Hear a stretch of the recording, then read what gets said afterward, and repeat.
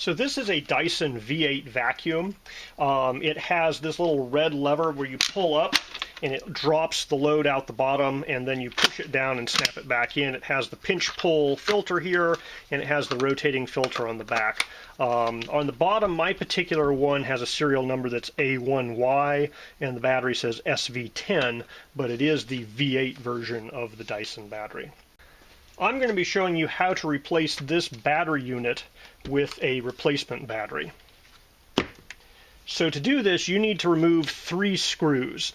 One of them is right in here, and then the other 2 are hidden behind this guy, so you need to take this guy off. So you start off by lifting that up, and that will release this bottom thing here. And then on the bottom here, there's a little lever. And if you push that lever down, this part here can slide off the bottom. So that guy comes out. And so now you can see there's 2 screws. There's one right there and there that you have access to. Now you could theoretically maybe unscrew those with this guy in place, but it's just a lot easier if you take that guy off.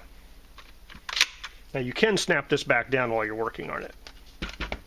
Now these guys are Phillips head screws. You'll want definitely kind of a pointy Phillips head screwdriver. I believe this is a Phillips 2, but you definitely want one with good points because it's a relatively small Phillips. You might be able to use a Phillips 1 size to have these remove as well.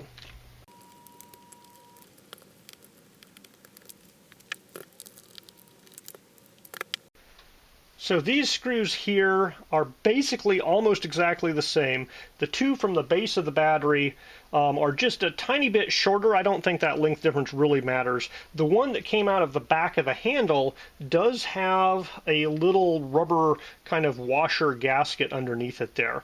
And so that's how I'm going to keep these separate. I'm just going to reuse the same screws that came with it. The screws that came with my replacement battery look exactly the same, except they're just slightly shorter, which is probably fine because I had to screw these out a ways. So I think just slightly shorter will still work fine. But since I have the original screws, I'm going to make use of them. Now once you've unscrewed the screw from there that had the rubber gasket and then the 2 over here, this battery just pops out like that. And you can compare this battery and make sure that it looks like the other battery. And you can see here the replacement battery is just slightly different, but this hole is in the same location, and the switch button is in the same location, and everything here looks the same, and all the screw holes line up and so forth.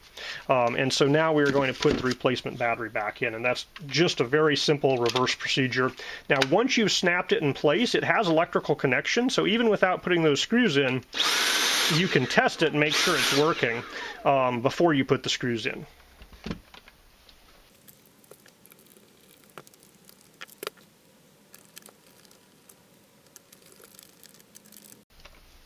Alright, once these 2 screws are in and this guy here is in, we have to reassemble this guy. It has little connection points here that kind of have to fit up into an area there, and it has a couple of clips in here that all kind of line up. So you have to be a little careful with it. I recommend pulling this guy up while you're doing it just to give yourself a little more room, and then leave the bottom open until you have everything set in place. But you can basically just set in this bottom and then slide it up into place, and this little red clip here will latch into place, and then that guy's on. And once the guy's on, then you can push this down, snap this up. And of course I'm working over a pad because there's always a little bit of dust left over here. So once we replace the battery, we can use this to clean up our dust. Now because I'm replacing the original Dyson battery, obviously I'm out of warranty here, I like to copy the sv10 and the first 3 digits of the serial number onto the replacement battery, because that's what you use to kind of look up what type of battery should be used for this guy. And since you're going to be disposing of this in household hazardous waste, you'll want to have that information. The easiest way to have it is to just write it on the bottom of this battery. I also like writing the date that I replaced it, just so I know how long they last. So I've just copied over the sv10 A1Y from the original battery. Now this particular battery is a generic. It doesn't have a brand name on the sticker on the bottom, so I just copied the brand name that it was sold under onto this, so if I need to look it up, I can look up which particular battery brand this one was. So that's the procedure for replacing your V8 Animal Dyson or V8 Dyson or Fluffy Dyson V8 battery.